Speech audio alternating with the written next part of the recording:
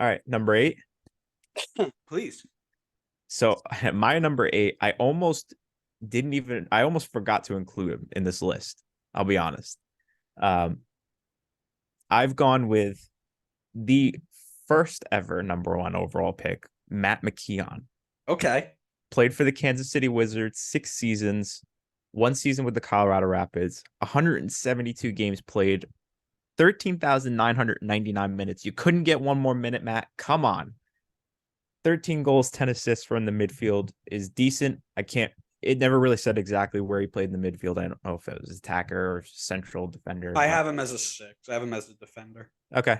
All right. So then 13 and 10 is pretty solid for defensive mid. He has a cup and shield for the 2000 KC Wiz. And I thought his awards were a bit better than my 9 and 10. He played a little bit longer than my 9 and 10, and I thought his stats were at least comparable enough that I could bump him up just based on those other couple of criteria. I like it.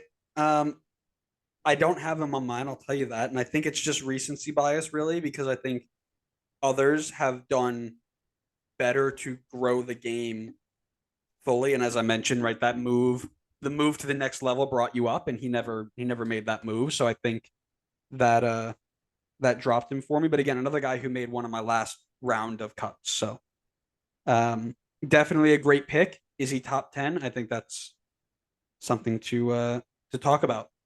Are we at 8? We are. How about our good friend Freddie Adu at 8? Oh, you got Freddie on there? I know. We just did a whole episode about his entire career as a flop and blah, blah, blah. But I stand by what I said. His career set the standard for youth talent at MLS. 14 years old, balling with the big boys, played well enough to get him the number one overall pick. DC had to trade a major allocation, which basically means that MLS made them give something up so that they could get this pick. As we've talked about, go check out our Freddie Adu episode. That'll give you all the information on that. He would go on to make 96 appearances for DC United before being shipped around to RSL for Jay Nolly, the major allocation, and a percentage of what he would go on for, which would be $2 million. So a record fee at the time. His time in MLS saw him win 2004 MLS Cup, 2006 Supporter Shield, 17 caps for the national team.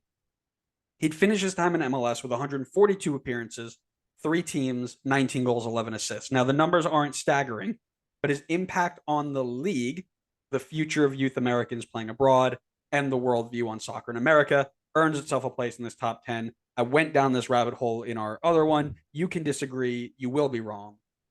But I think, again, that's why I added in my criteria impact on the league or career overall was an important factor for me, because if you're a number one pick and you make, like, everybody's goal when you come into MLS, whether it be you're drafted, you come through the homegrown system, you're a young South American, your goal is to make the next step.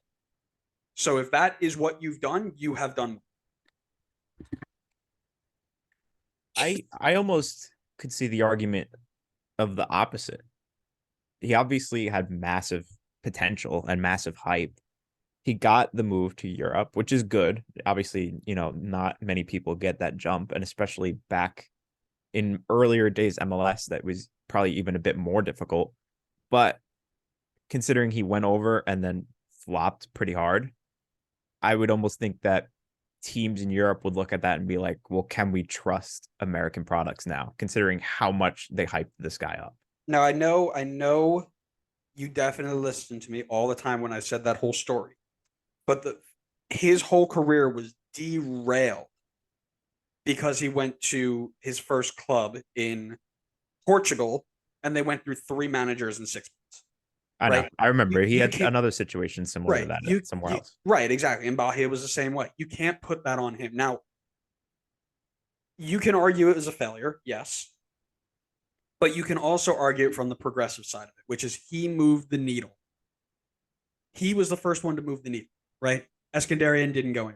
Gabandi did, but it wasn't oh my God, he's going, for mad money to a massive club, right? Carreri didn't go anywhere. Steve Schack bombed. Jason Moore, Leo Cullen, Taj Jenkins, Matt McKinnon. None of those guys made that big jump. They all stayed at home. He set the tone. He set the needle, and everybody had to match that from now on. So I think it's deserving. I think it's a deserving spot. Okay. That's fine. We could agree to disagree on it. Then tell me 7. All right, 7 for Oh, me. hold on before you go. That's the first time at number 8 we haven't matched so far. How crazy is that? How dare you? No, that's your fault. You messed it It's up. not my fault. What do you mean? You're just being a Euro snob. Stop it.